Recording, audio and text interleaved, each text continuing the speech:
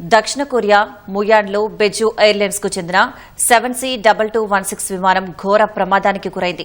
ఘటనా సమయంలో విమానంలో మొత్తం 181 మంది ఉండగా 2 విమాన సిబ్బంది మినహా మిగిలిన 179 మంది ప్రాణాలు కోల్పోయారు. స్థానిక కాలమాన ప్రకారం ఉదయం 9 గంటలకు ఈ ప్రమాదం జరిగింది. విమానాశ్రయంలోని రన్వేపై ల్యాండ్ అవుతుండగా ముందు ల్యాండింగ్ గేర్లో సాంకేతిక సమస్య తలెత్తి చక్రం తెరుచుకోలేదు. దీంతో రన్వేపై విమానం రాసుకుంటూ వెళ్లి ముందున్న కాంక్రీటు కంచెను బలంగా ఢీకొంది. ఇంధనం ఒక్కసారిగా మండి పేలుడు సంభవించి భారీగా మంటలు వ్యాపించాయి.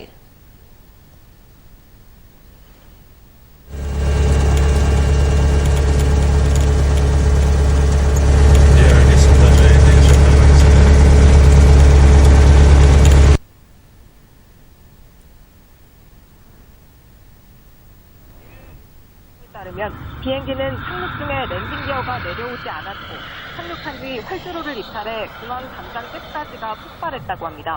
다시 한번 전해드리겠습니다. 오늘 오전 9시 10분 ప్రమాదం జరిగిన వెంటనే అక్కడకు చేరుకున్న 32 అగ్నిమాపక ట్రక్కులు, హెలికాప్టర్లు మంటలను అదుపు చేశాయి.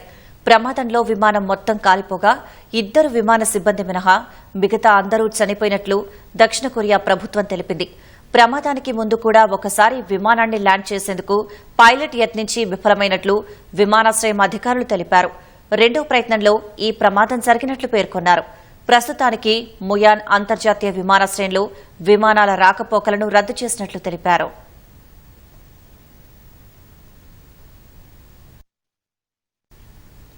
థాయిలాండ్ రాజధాని బ్యాంకాక్ నుంచి దక్షిణ కొరియా వస్తుండగా ప్రమాదం జరిగినట్లు ఆ దేశ విమానయాన శాఖ తెలిపింది. దేశంలోని అతి దిగ్భ్రాంతికర విమాన ప్రమాద ఘటనల్లో ఇది ఒకటని ప్రకటించింది. విమానం ముందు చక్రం తెరుచుకోకపోవడానికి గల కారణాలపై విచారణ చేస్తున్నట్లు తెలిపింది. పక్షుల గుంపును ఢీకొట్టడం వల్ల ఈ సమస్య తలెత్తిందా అని అనుమానం వ్యక్తమవుతున్నాయి. ఘటనపై పలు దేశాలు విచారం వ్యక్తం చేశాయి. మృతుల కుటుంబాలకు దక్షిణ కొరియా ప్రభుత్వం సానుభూతి తెలిపింది. బాధితులకు అండగా ఉంటామని ప్రకటించింది.